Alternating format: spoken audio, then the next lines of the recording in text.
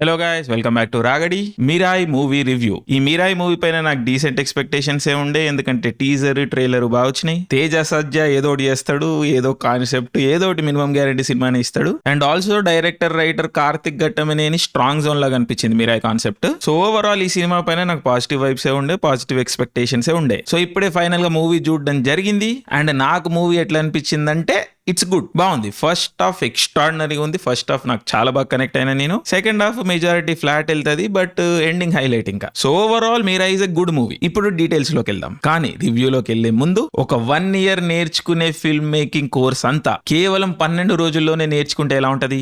మీకు సినిమా తీయాలనే బలమైన కలుందా? అయితే దాన్ని నిజం చేసుకునే దిశలో మీ మొదటి అడుగు వేయడానికి ఇదే సరైన అవకాశం. అదే లెవెల్ అప్ లెర్నింగ్ యొక్క forge filmmaking boot camp. And level up is India's largest filmmaking community. So ఈ forge filmmaking boot camp లో జస్ట్ థియరీ పాఠాలు చెప్పొదిలేరు. ఇది ఒక కంప్లీట్ ప్రాక్టికల్ కోర్స్. మీ సొంత ఆలోచనలతోని మీరు ఒక మైక్రో షార్ట్ ఫిల్మ్ రాసి, షూట్ చేసి, ఎడిట్ చేసి కంప్లీట్ చేస్తారు.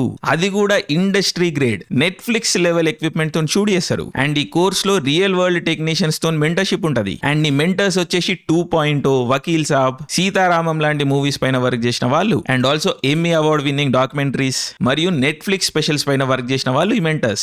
వీళ్ళ నుండి మీకు డైరెక్ట్ గైడెన్స్ ఉంటది. But at the same time script నుండి ఫైనల్ ఎడిట్ వరకు మీరే హ్యాండ్స్ ఆన్ గా చేస్తూ నేర్చుకుంటారు. మీ బ్యాచ్మేట్ షార్ట్ ఫిల్మ్స్ లో గనక మీరు సినిమాటోగ్రఫీ లేదా యాక్టింగ్ రోల్స్ చేస్తే వాటికి కూడా మీరు క్రెడిట్ సంపాదించుకోవచ్చు. అండ్ ఈ కోర్స్ లో అన్ని included, like locations, meals, accommodation, everything. And last లో కోర్స్ కంప్లీట్ అయిన టైం కి మీకు సోనీ సర్టిఫైడ్ సర్టిఫికేట్ దొరుకుతుంది. అండ్ ఇక్కడ ఇంకో బంపర్ ఆఫర్ కూడా ఉంది. మీ షార్ట్ ఫిల్మ్ ని మూన్ ఓటీటీ, హంగామా ప్లే లాంటి ప్లాట్ఫామ్స్ లో పబ్లిష్ చేయడానికి కూడా అసిస్ట్ చేస్తారు. బట్ ఇక్కడ ఒక విషయం ఉన్నది. ఈ అద్భుతమైన అవకాశం అన్నది కేవలం 24 మందికి మాత్రమే. సో మీరు గనక నిజంగానే ఫిల్మ్ మేకింగ్ పైన సీరియస్ గా ఉంటే, నేర్చుకోవాలనుకుంటే ఇదే మీకు సరైన అవకాశం.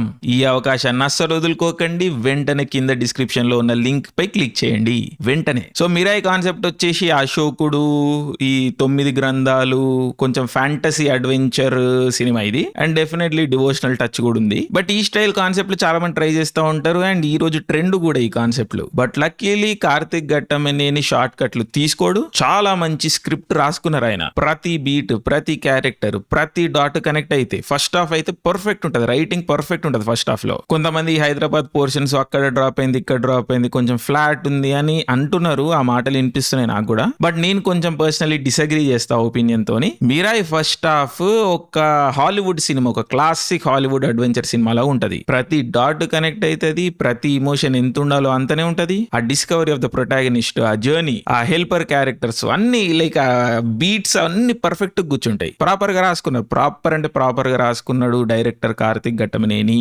అండ్ ఇదే ఆయన strong zone. This is what he was trying to be. So eagle అది ఇది అని ఏదో మాస్ పోదామని ట్రై చేసిర్రు, అది కాదు ఆయన. కార్తిక్ ఘట్టమనేని ఇదే ప్రాపర్ సినిమాలు తీయడమే ఆయన స్ట్రెంగ్త్. అండ్ మీరాయి కరెక్ట్ గా పడుతుంది. సో ఫస్ట్ హాఫ్ లో ఆ గ్రాఫిక్స్, ఆ విజువల్, యాక్టింగ్, శ్రియా గారి యాక్టింగ్, లైక్ మొత్తం whole world setup. Manchu Manoj is brilliant in the film. Teja సజ్జ కూడా చాలా బాగా చేశారు. సైడ్ క్యారెక్టర్లు, ఈవెన్ ఒక పోలీస్ క్యారెక్టర్ ఉంటది, ఆయన కూడా. సో యాక్టింగ్ విషయంలో కూడా అందరూ బాగా చేశారు. ఈ ఫస్ట్ హాఫ్ లో చిన్న చిన్న కామెడీ బిట్లు, ఆ డీజే మ్యూజిక్ బిట్లు కొన్ని వస్తాయి. అవి చాలా మందికి క్రింజ్ అనిపించవచ్చు, బట్ నాకు వరకైనా ఇట్స్ ఓకే. అండ్ 2 విషయాల గురించి ఎంత చెప్పుకున్నా తక్కువనే ఈ సినిమాలో. ఫస్ట్ వచ్చేసి విజువల్, సెకండ్ వచ్చేసి మ్యూజిక్. ఈ సినిమాకి సినిమాటోగ్రఫర్ కార్తిక్ ఘట్టమనేని గారే. అండ్ చాలా బాగా చేశారు ఆయన. బ్రిలియంట్ అంటే బ్రిలియంట్ జాబ్. అండ్ గౌరహరి గారి మ్యూజిక్ ఫెంటాస్టిక్ అంటే ఫెంటాస్టిక్, బ్రిలియంట్ సౌండ్. అండ్ చెప్పిన కదా, కథ ప్రాపర్ గా వెళ్తా ఉంటది. ఒక బ్యూటిఫుల్ ఇంటర్వెల్ బ్యాంగ్ తోని ఇంటర్వెల్ పడుతుంది మనకి. సో నా వరకు మీరాయి ఫస్ట్ హాఫ్ అనేది ఆల్మోస్ట్ ఒక పర్ఫెక్ట్, లైక్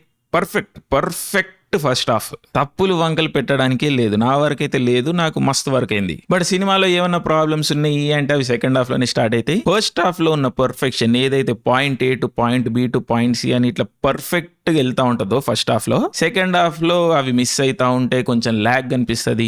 సీక్వెన్స్ లో, యాక్షన్ లో అయిపోయినాయి. సో ఫస్ట్ హాఫ్ లో ఏదైతే బీట్ టు బీట్ వెళ్తా ఉంటుందో నేరేటివ్, సెకండ్ హాఫ్ లో స్ట్రెచ్డ్ అనిపిస్తుంది. ఎందుకంటే ఈవెంట్స్ అనేవి తక్కువ అయిపోతాయి. అండ్ ఈ మీరా అనే మూవీ కూడా చాలా రోజులు జరిగింది ప్రొడక్షన్. ప్రొడ్యూసర్లు మారిర్రు, లైక్ చాలా టైం పట్టింది సినిమా దీనికి. సో ఆ విషయాలు, ఆ గ్యాప్స్ అన్ని మనకి సెకండ్ హాఫ్ లో, especially beginning of the second half లో బాగా కనిపిస్తాయి. సో డౌట్ లేకుండా నేరేటివ్ అనేది కొంచెం డిప్ అవుతుంది సెకండ్ హాఫ్ లో. అండ్ ఈ సెకండ్ హాఫ్ లోనే ఈ అమ్మ ఇమోషన్ లేకపోతే ఈ వేరే లార్జర్ ఇమోషన్స్ ఉంటాయి, అవి ఇంకొంచెం పండాలి. పండితేనే అప్పుడు మనకు ఆ హై అనేది హిట్ అవుతుంది. బట్ అన్ఫార్చునేట్లీ ఆ ఇమోషన్స్ అంతగా పండలేదు. ఫస్ట్ హాఫ్ వరకు అమ్మ ఇమోషన్ పెద్దగా ఏం లాగడు డైరెక్టర్, కొంచెం క్లాసీగానే పెడతారు. సో ఉన్న కాడికి హిట్ అవుతుంది. బట్ సెకండ్ హాఫ్ లో అంతగా వెళ్ళదు, ఆ ఇమోషన్స్ అనుకున్నంతగా హిట్ అవ్వవు. సో మేబీ అందుకని కొంచెం లాగ్ అనిపిస్తుందేమో. అండ్ సెకండ్ హాఫ్ లో విలన్ క్యారెక్టర్ కూడా కొంచెం మనకు ఓకే చూసేసినాం, అర్థమైపోయింది, నెక్స్ట్ ఏంటి అన్న జోన్ లో ఉంటాము. అండ్ ఇందాక చెప్పినట్టు పెద్దగా ఈవెంట్స్ కూడా ఉండవు. సో ఇవన్నీ ఫ్యాక్టర్స్ కలిసి సెకండ్ హాఫ్ చాలా పోర్షన్స్ కొంచెం స్లోగా లేకపోతే లాగ్ వెళ్తున్నట్టు అనిపిస్తుంది. బట్ ఆఫ్ కోర్స్ కొన్ని హైలైట్ పోర్షన్స్ కూడా ఉంటాయి, కొన్ని యాక్షన్ సెట్ పీసెస్ బ్యూటిఫుల్ గా వర్క్ అవుతాయి. అండ్ మళ్ళీ ఇక్కడ హీరోలు, ఇమేజ్, సౌండే. సో ఈ హైలైట్స్ మనని హుక్డ్ గానే పెడతాయి, మొత్తం ఏమీ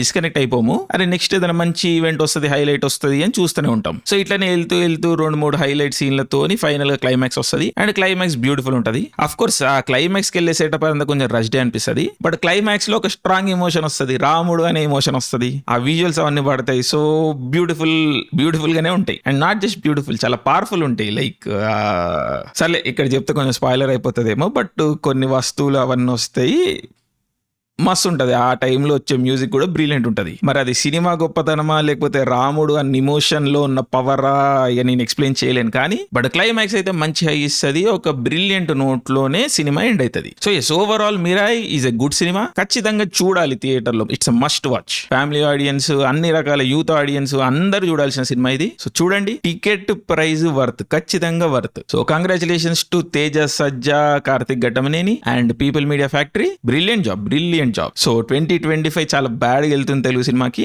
మిరాయితోనే ఒక మంచి హిట్ పడుతుంది అని కోరుకుంటున్నాను. అండ్ ఈ మూవీకి ఆ హిట్ డిజర్వింగ్. మంచి సినిమాలే నడుస్తాయి, నడవాలి కూడా. అండ్ తెలుగు ఆడియన్స్ డిసప్పాయింట్ చేయరని అనుకుంటున్నాను, నమ్ముతున్నాను. So yes, Mirai, thank you, love you all, జై హింద్.